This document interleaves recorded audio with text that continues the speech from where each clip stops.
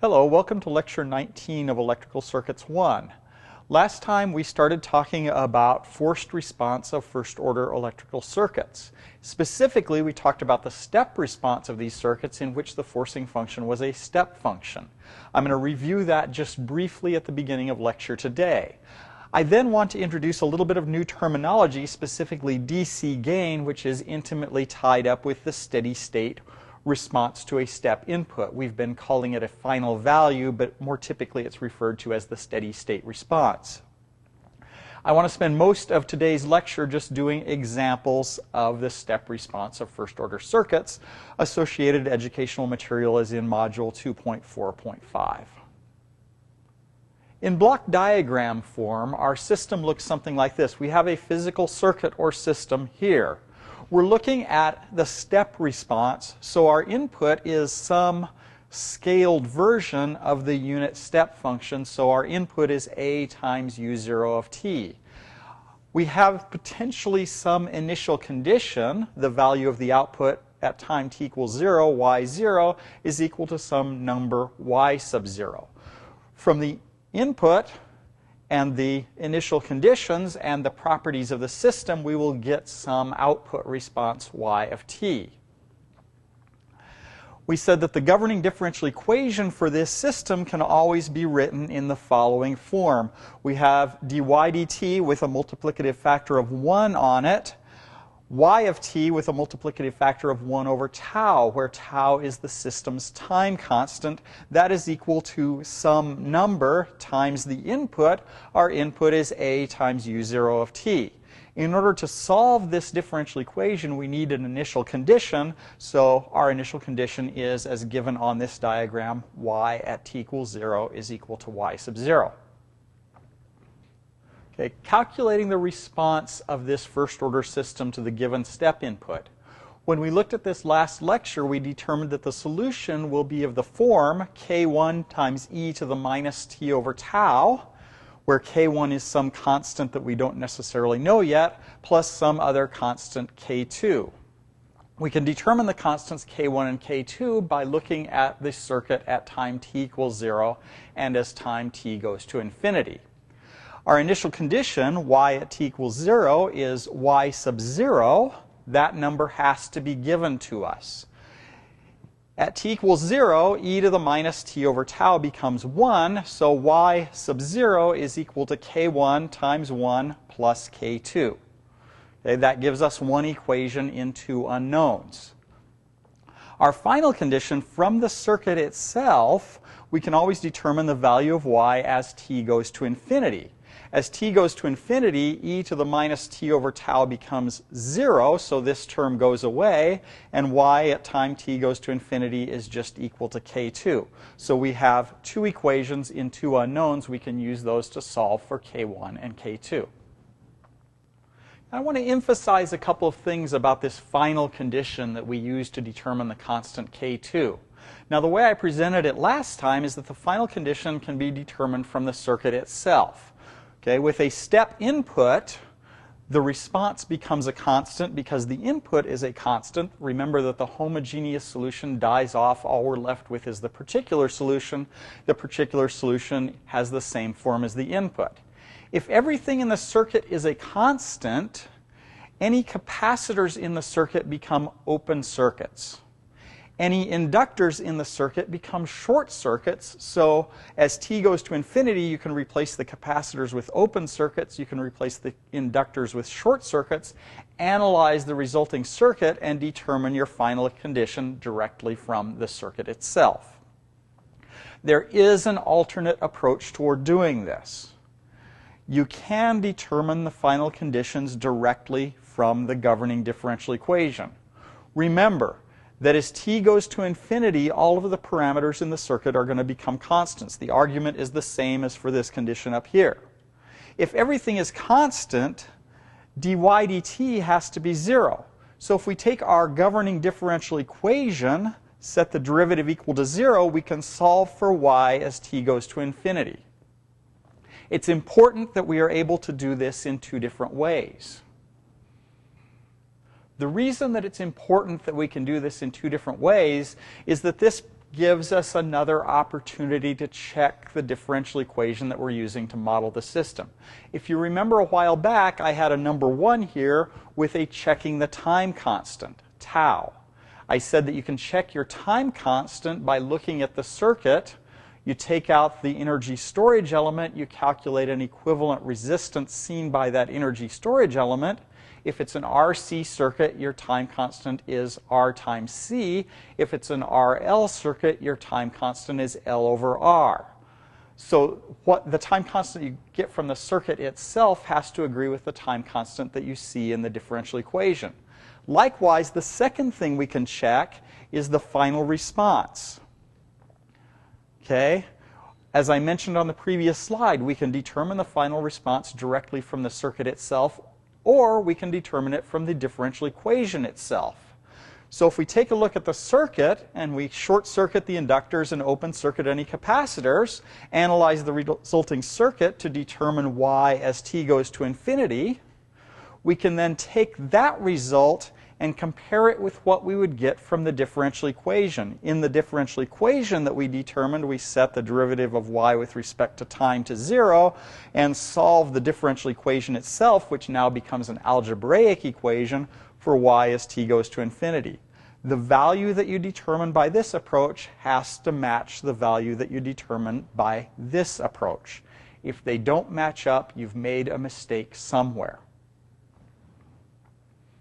Now I want to introduce a couple of additional terms relative to the response of a system as time goes to infinity. One of these is the so-called steady state step response. The other is called DC gain. Now remember that I've been referring to the response of the system as t goes to infinity as the final value. Okay? It goes to a particular value as t goes to infinity if I put a step input into the system. More commonly, the response as t goes to infinity is called the steady state response, and in particular, if this is a response to a step input, the response is called the steady state step response. Remember that the homogeneous solution dies out as t goes to infinity, so as t goes to infinity, what we're left with is the particular solution. So the steady state response is essentially the particular solution.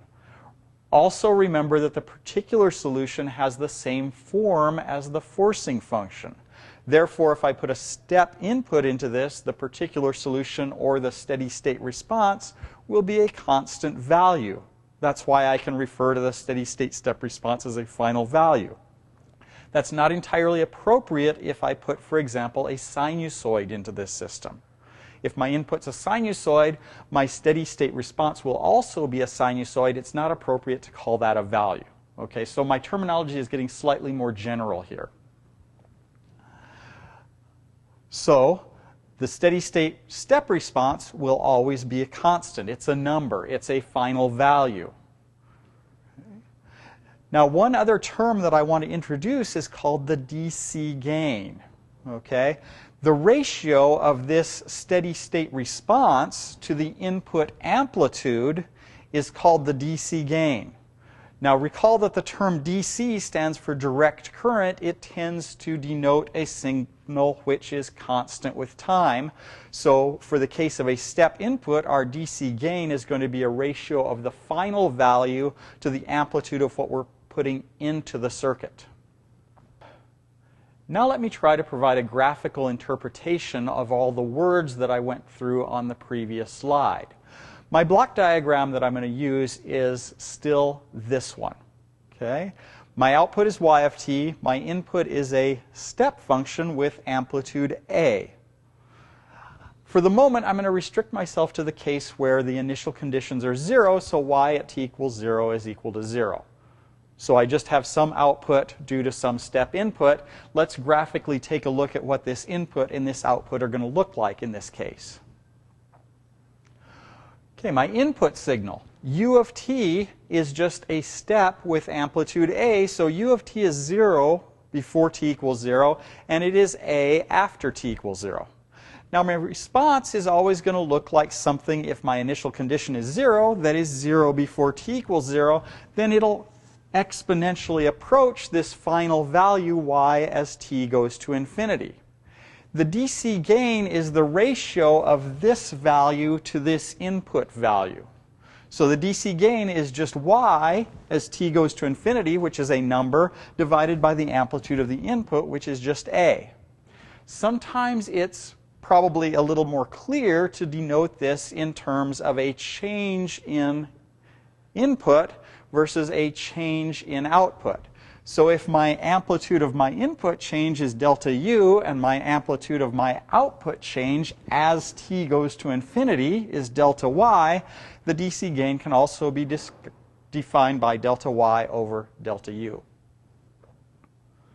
Now finally, before I do some examples of this process, I want to outline what I would suggest as an overall approach towards solving these types of problems. Now there are a lot of ways to approach solving first-order circuits. Okay?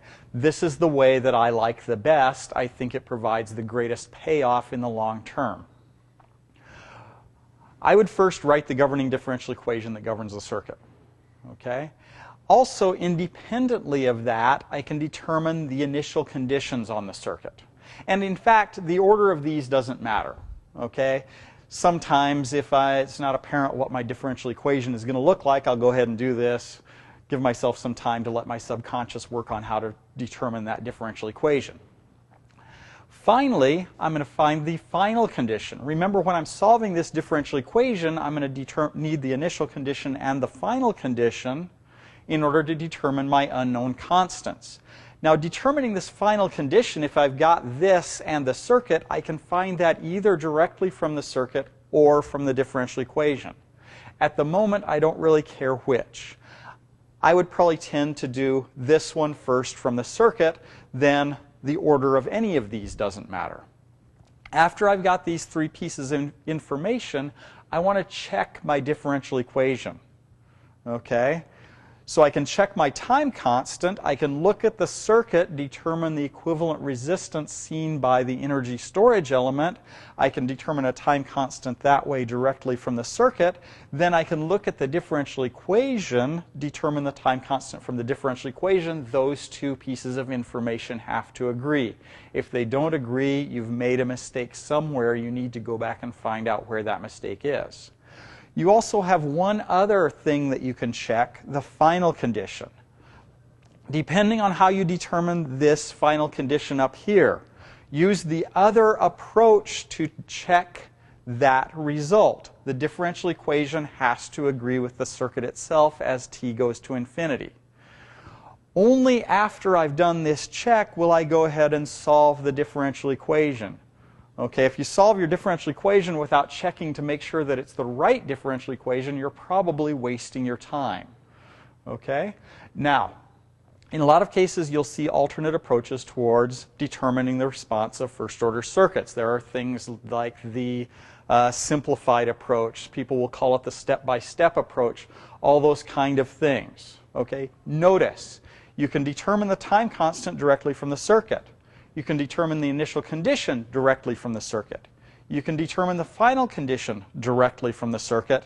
You never have to write the governing differential equation. You have all the information you need directly from the circuit.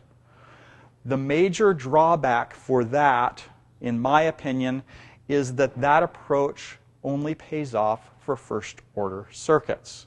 For higher-order circuits, second-order and higher circuits, you're always going to end up writing differential equations. Okay? It's a good chance to get practice doing that with first-order circuits because they're so easy to check. The other thing that this does for you, it gets you in the habit of checking the differential equations that you've written.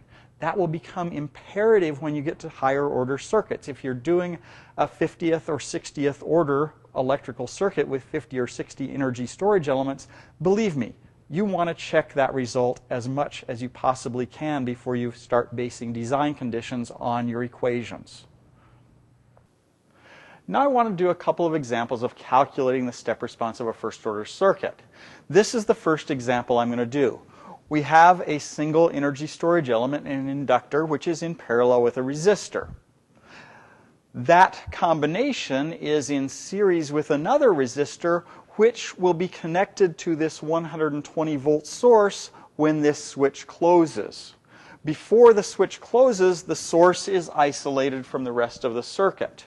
Now we want to determine the voltage across the inductor as a function of time and the current through the inductor as a function of time for times after this switch closes. So the circuit of interest consists of the circuit with this switch closed, and we've started driving this system. We're given that the circuit is initially relaxed, therefore there is no energy stored to the right of this switch before the switch closes. Therefore the current through the inductor before t equals 0 is 0, and the voltage across the inductor before t equals 0 is 0.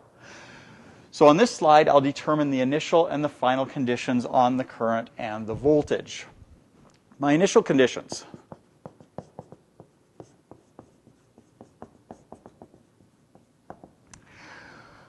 We know that the circuit is initially relaxed, therefore before the switch closes, I sub L at t equals 0 minus is 0 amps.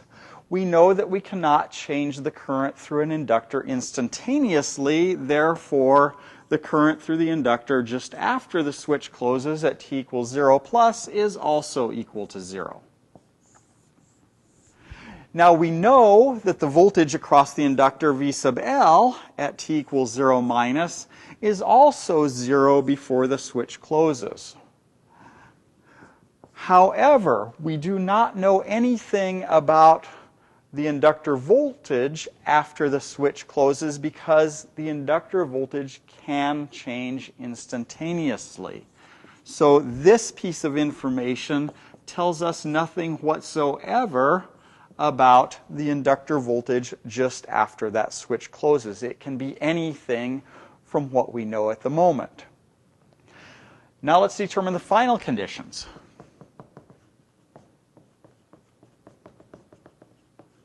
If we take a look at this circuit as t goes to infinity, the switch remains closed. So we're forcing this with 120 volts. We have a 360 ohm resistor and a 120 ohm resistor. As t goes to infinity, everything in this circuit is becoming constant. Under those conditions, this inductor behaves as a short circuit. Okay. So now there is no voltage difference across this 120 ohm resistor. It's been shorted. Therefore, I sub L at infinity is going to be governed by the current between this node and this node. That is simply by Ohm's law, 120 volts over 360 ohms. So I sub L as t goes to infinity is equal to 0.33 amps. Okay, we want to determine the response of this circuit for times greater than 0. So the position of this switch for the appropriate time period is that the switch is closed, so I'm going to use this circuit here to write the differential equation governing the system. Okay, I'm going to write that differential equation in terms of I sub L of t. As I mentioned in the last lecture, I will always, or nearly invariably, write my circuit equations in terms of currents through inductors and voltages across capacitors. Remember that I said that the currents through the inductors characterize inductor energy storage, voltages across capacitors characterize capacitor energy storage. Once I know those values, I can find out anything else that I need to know about the circuit. So I'm going to write my differential equation in terms of I sub L of t, use that later on to determine V sub L of t. Now, the approach that I use to analyze this circuit is fairly arbitrary. I get to use whatever approach I feel most comfortable with. And in fact, I'm going to do this problem probably 3 different ways this lecture. First time, I'm going to do mesh analysis. We have a mesh loop here, call it I1, and we have a mesh loop here, call it I2. Okay. Notice that the mesh current I2 is just I sub L of t. Okay, so I'm going to make this substitution at the end when I solve for I sub 2 of t. Doing loop 1. If I start in this lower left-hand corner, I get minus 120 volts plus 360 ohms times I1 plus 120 ohms times I1 minus I2 is equal to 0. Okay, our old rules about mesh analysis. Loop 2, remember I have to write my KVL equation in terms of the mesh currents using mesh analysis. So the voltage difference across the 120 ohm resistor is 120 ohms times I2 minus I1 plus this voltage difference here in terms of the mesh currents. Now I can't use a straight multiplicative factor because I've got an energy storage element, but I do know that from my voltage current relationships for inductors, V sub L of t is L times dIL by dt. If I use the fact that I2 is equal to IL, this is L, which is 0.2 times di2 by dt. I can use this term for this voltage difference.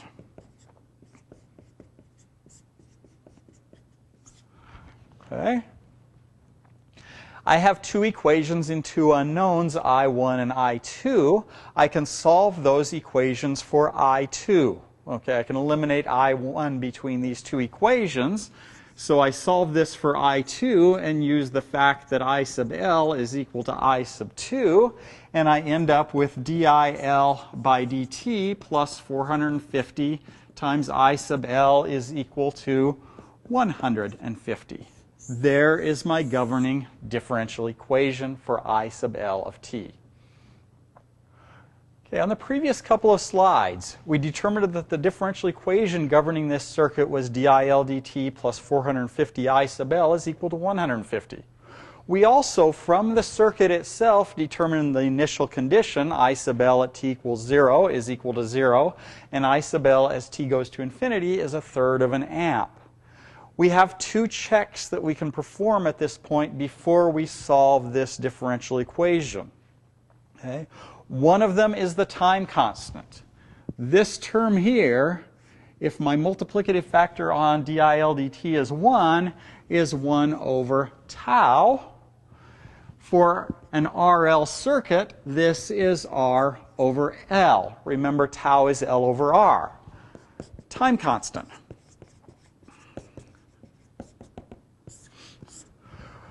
In order to determine this R in this expression, I take a look at the equivalent resistance seen by the energy storage element. So I kill the source. This becomes a short circuit.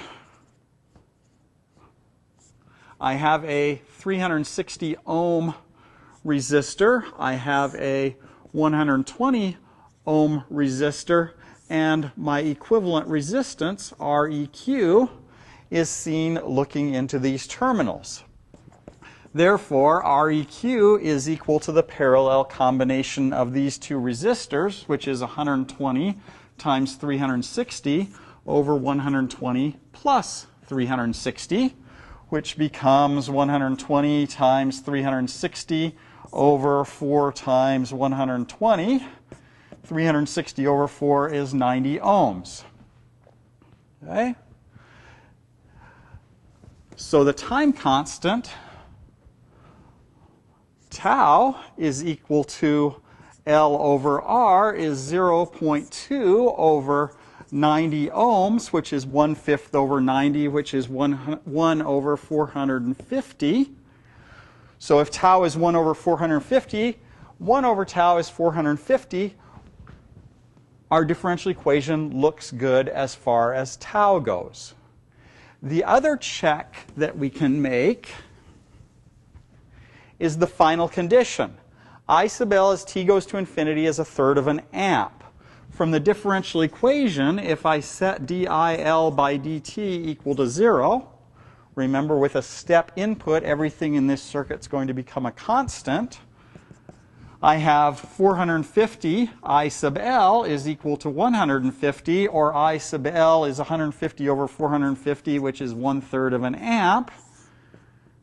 This approach is valid as t goes to infinity, so my differential equation agrees with the final condition I determined from the circuit itself. It looks like everything's hunky-dory, at least to the extent that I am able to check stuff. I might as well go ahead and solve the differential equation now. Okay, now we've checked our solutions. We can use our initial and final conditions to find the constants K1 and K2 in the overall form of the solution for the current through the inductor. So our governing equation was dIL by dt plus 450 I sub L is equal to 150. That is good for times greater than 0. We claimed earlier that the solution to this differential equation is going to be of the form I sub L is some constant times e to the minus 450 times t. So this number here comes down here with a negative sign in front of it, plus some other constant K2. Now, we can use our initial and final conditions to solve for K1 and K2. My initial condition, I sub L at t equals 0 plus is equal to, if I put t equals 0 here, e to the minus 450 times 0 is e to the 0, which is 1. This is K1 plus K2. We previously found that my initial condition on current was 0.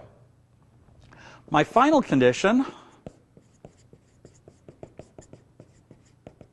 as t goes to infinity, I sub L as t goes to infinity. As t goes to infinity, e to the minus infinity is 0. I sub L as t goes to infinity is just K2. We said previously that the final value of current has to be 0.33 amps. Therefore, K1 is negative 0.33, and I sub L of t is equal to 0.33 times 1 minus e to the minus 450t, and that is good for times greater than 0. Okay, so we've got a differential equation governing I sub L of t. We've solved it. We now know the form of the solution of I sub L of t. Quite often we're going to want to plot our responses as functions of time. It is often easier to understand what is going on from a plot than from a mathematical expression. Humans tend to be highly visual animals. So I'm going to plot I sub L as a function of time. So time on the horizontal axis, I sub L of t on the vertical axis. At time t equals 0 and previous, I sub L of t is equal to 0. My initial condition is that the current through the inductor is 0. This expression is going to increase exponentially to a final value. That final value as t goes to infinity is 0.33 amps. The time constant on this circuit, tau, is 1 over 450 seconds. Tau occurs at about 63%, or 0.63 times the final value, 0.33. Okay, so roughly 2/3 of the final value is where you'll find your time constant. I've sketched the response with enough detail so that I can find certain specific things that are important to this type of circuit. The final value, the initial value, the time constant. Those are important to me. Now, I said that once I've found the current through the inductor, I know everything about this circuit that I need to know. Okay, but my original problem statement said that I had to find the voltage across the inductor. So let's go ahead and do that step now. I can always find the voltage across the inductor from the current through the inductor by the inductor's voltage-current relationships. So V sub L is L times dIL by dt. Okay? I know what I sub L is as a function of time, so V sub L is easy to get. So for me, V sub L is, the inductance is 0.2 henries.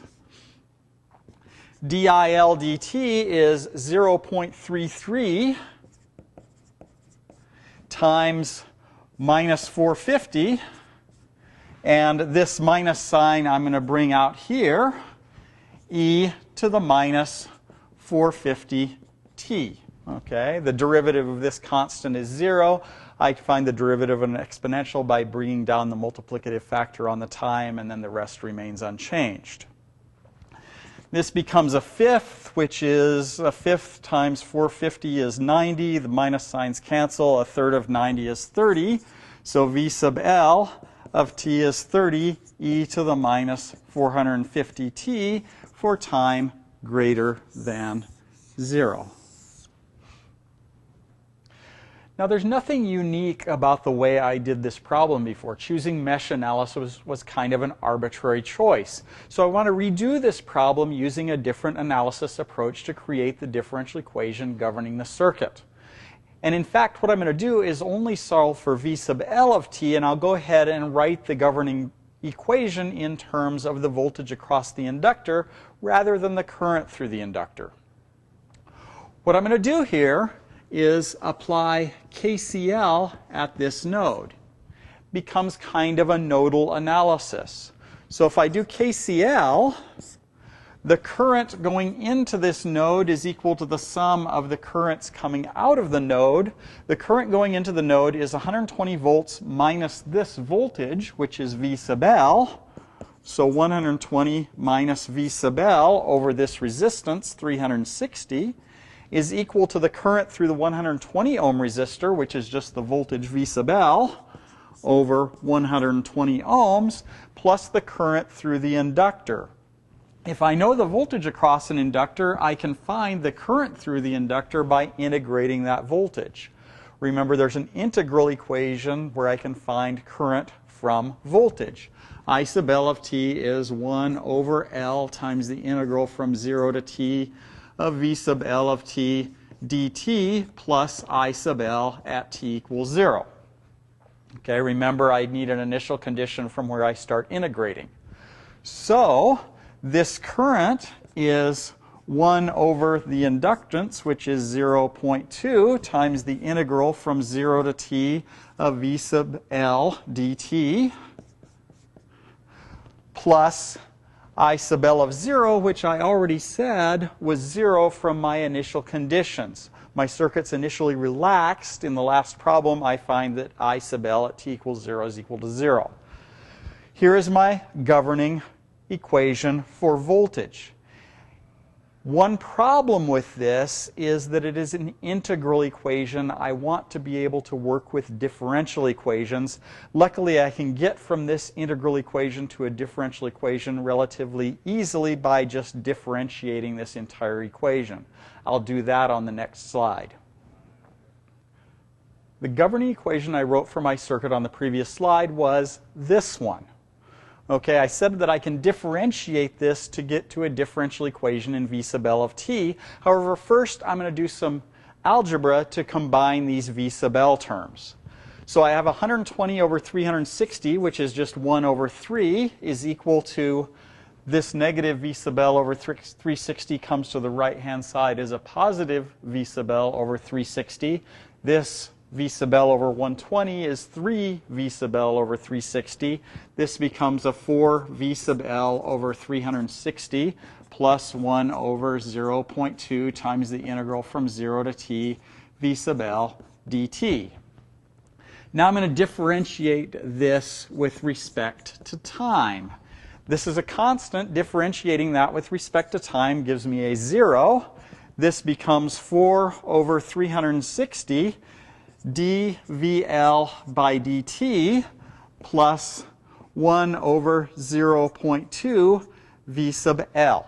Differentiating this integral just pulls out the V sub L. Okay. Multiplying through by 360,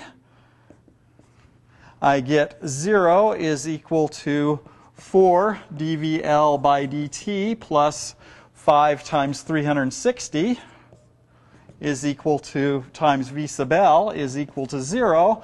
Dividing through by 4, that leaves me a 90 here. So 0 is equal to dVL by dt plus 450 V sub L is equal to 0. On the next slide, I can now solve this differential equation to determine V sub L as a function of time. Before I do that, though, notice that I have ended up with a homogeneous differential equation. We're back to an unforced type of situation. Okay, we want to determine V sub L as a function of time for this circuit. Previously, we determined that the governing equation for V sub L of t was 0 is equal to dVL dt plus 450 times V sub L. This is a homogeneous differential equation. The equation for V sub L of t looks like an unforced solution. Okay?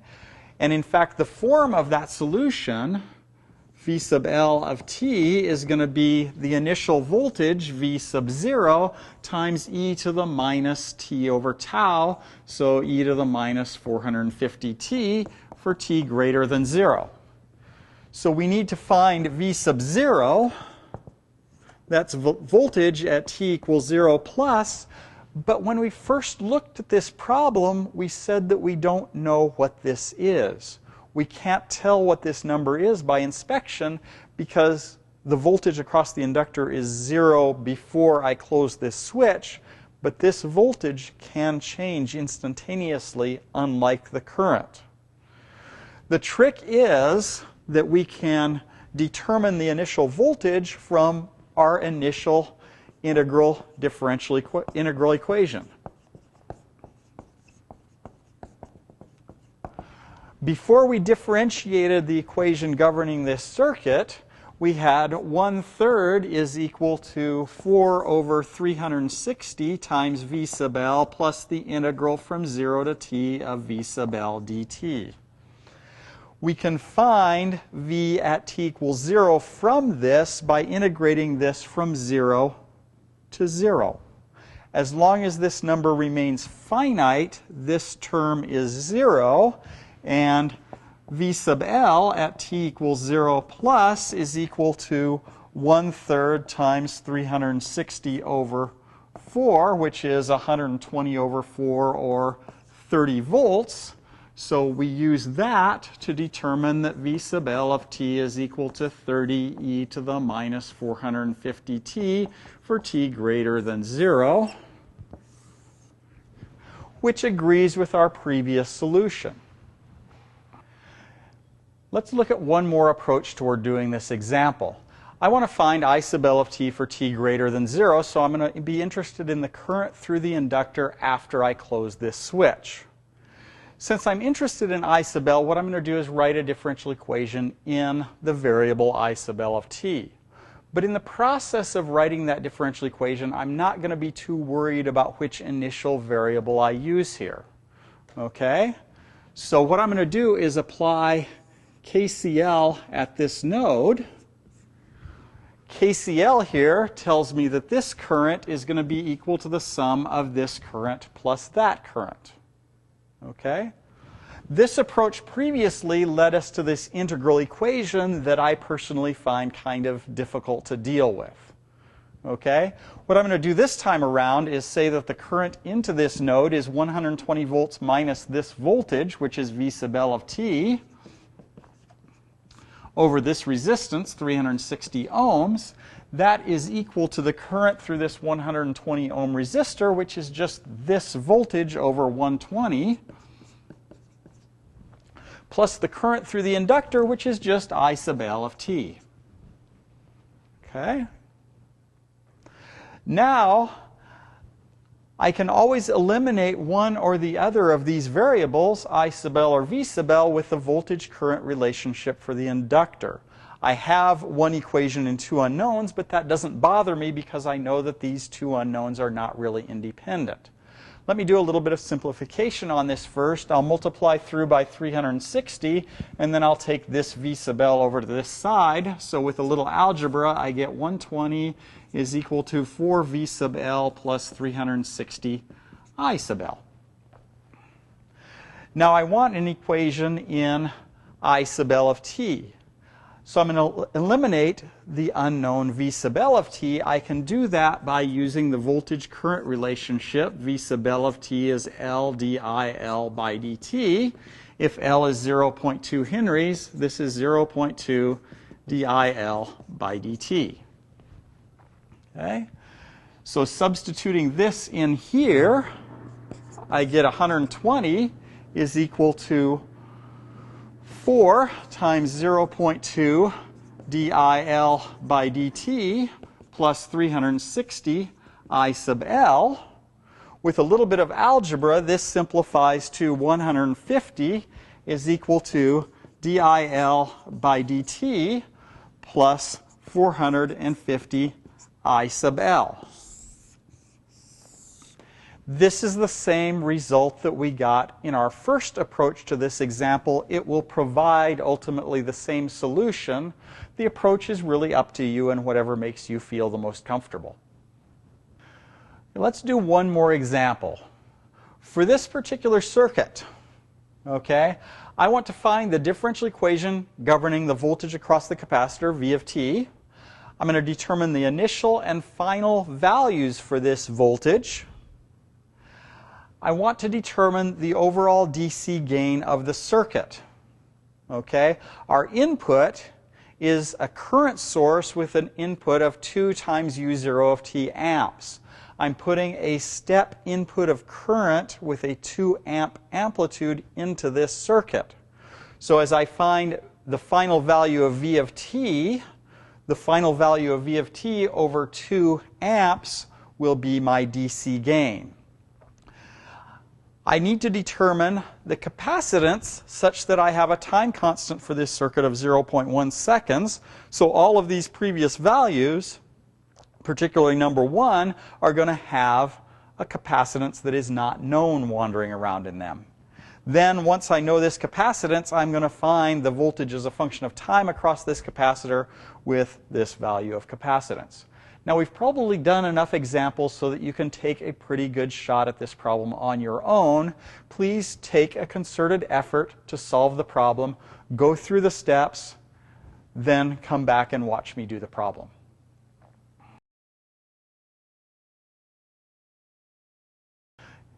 Part 1 of this problem is to determine the voltage across the capacitor as a function of time.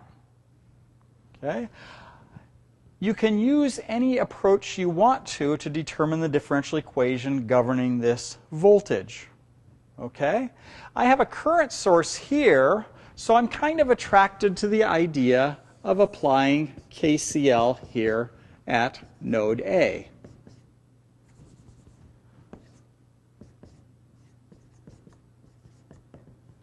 If I apply KCL at A, I have 2 amps going into this node because of this 2 amp source. This resistor doesn't affect that.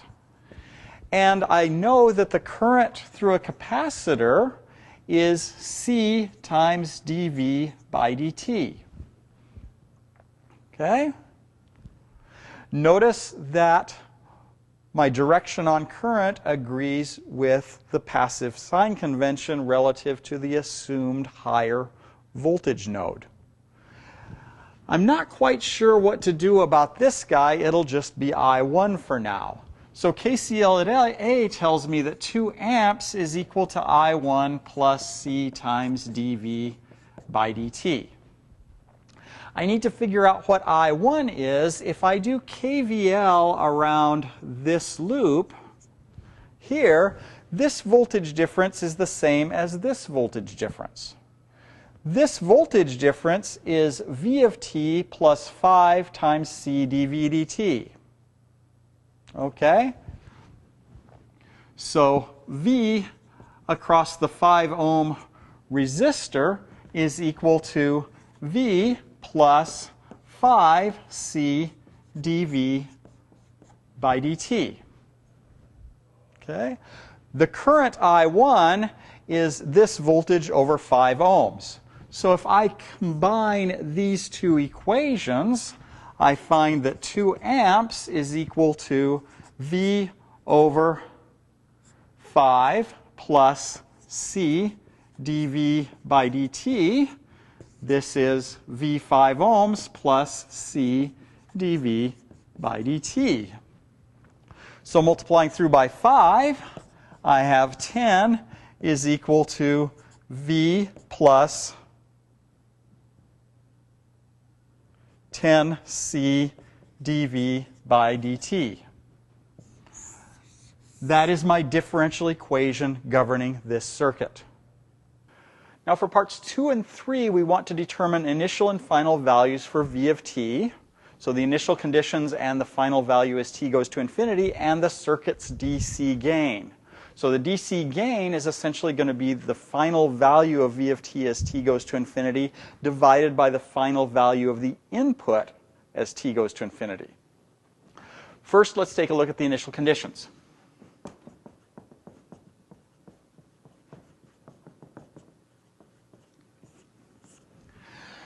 This nomenclature, I have a current source. It is 2 times U0 of t in amps. U0 of t is 0 for t less than 0 and 1 for t greater than 0. So this current source is 0 from time negative infinity up to t equals 0. At t equals 0, it suddenly starts putting 2 amps into this circuit, and it continues to put 2 amps into the circuit until t goes to infinity.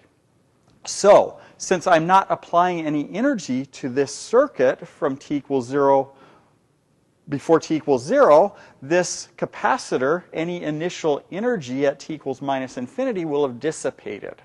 So we can claim that V of t, as t goes to 0 minus, just before I turn on this source, is equal to 0 volts.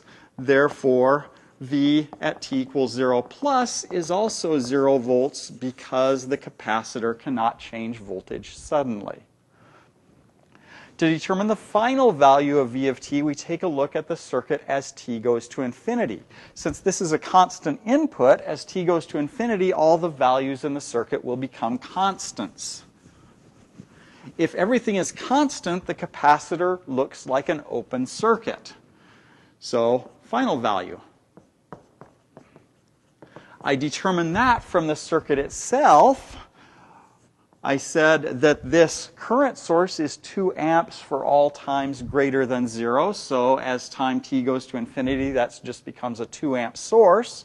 I have a 10 ohm resistor, a 5 ohm resistor, and then I have a 5 ohm resistor, and as I said, the capacitor becomes an open circuit as t goes to infinity. If this is an open circuit, there is no current through this leg, so this leg looks like it isn't there. This voltage is just the same as this voltage. So this voltage, by Ohm's law, is just the current. Okay, all 2 amps are going through here because this current is 0 times 5 ohms. So V as t goes to infinity is equal to 5 ohms times 2 amps is equal to 10 volts. Now finally we can get the DC gain. The DC gain is the final value of the output divided by the final value of the input.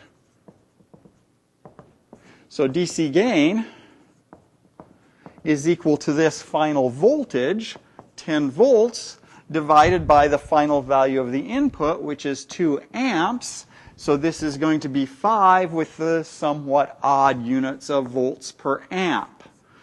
So if I change my source, okay, for every 1 amp I put into this, I will get 5 volts out. So if I have an input that is 3 times U0 of t, I will expect the final value of V of t to become 15 volts. Okay, now let's use our final condition and our circuit itself to check the time constant and the final value on the differential equation. So we're going to check our differential equation before we proceed any further. My original differential equation on the previous slide wasn't quite in this form.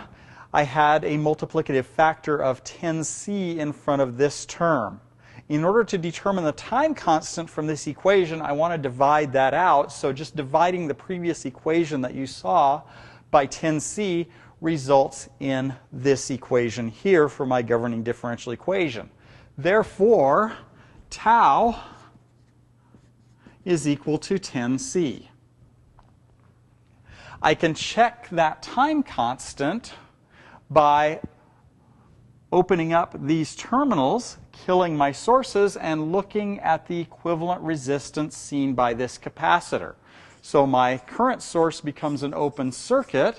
I have a 10 ohm resistor here, a 5 ohm resistor here, a 5 ohm resistor here, and I am determining the equivalent resistance seen at these terminals. This open circuit here means that this resistor does not contribute to the overall resistance. There's no current through this leg. From the standpoint of these terminals, these two 5 ohm resistors are in series, therefore Req is 10 ohms, and the time constant, tau, is equal to Req times C is equal to 10C, which agrees with my governing differential equation.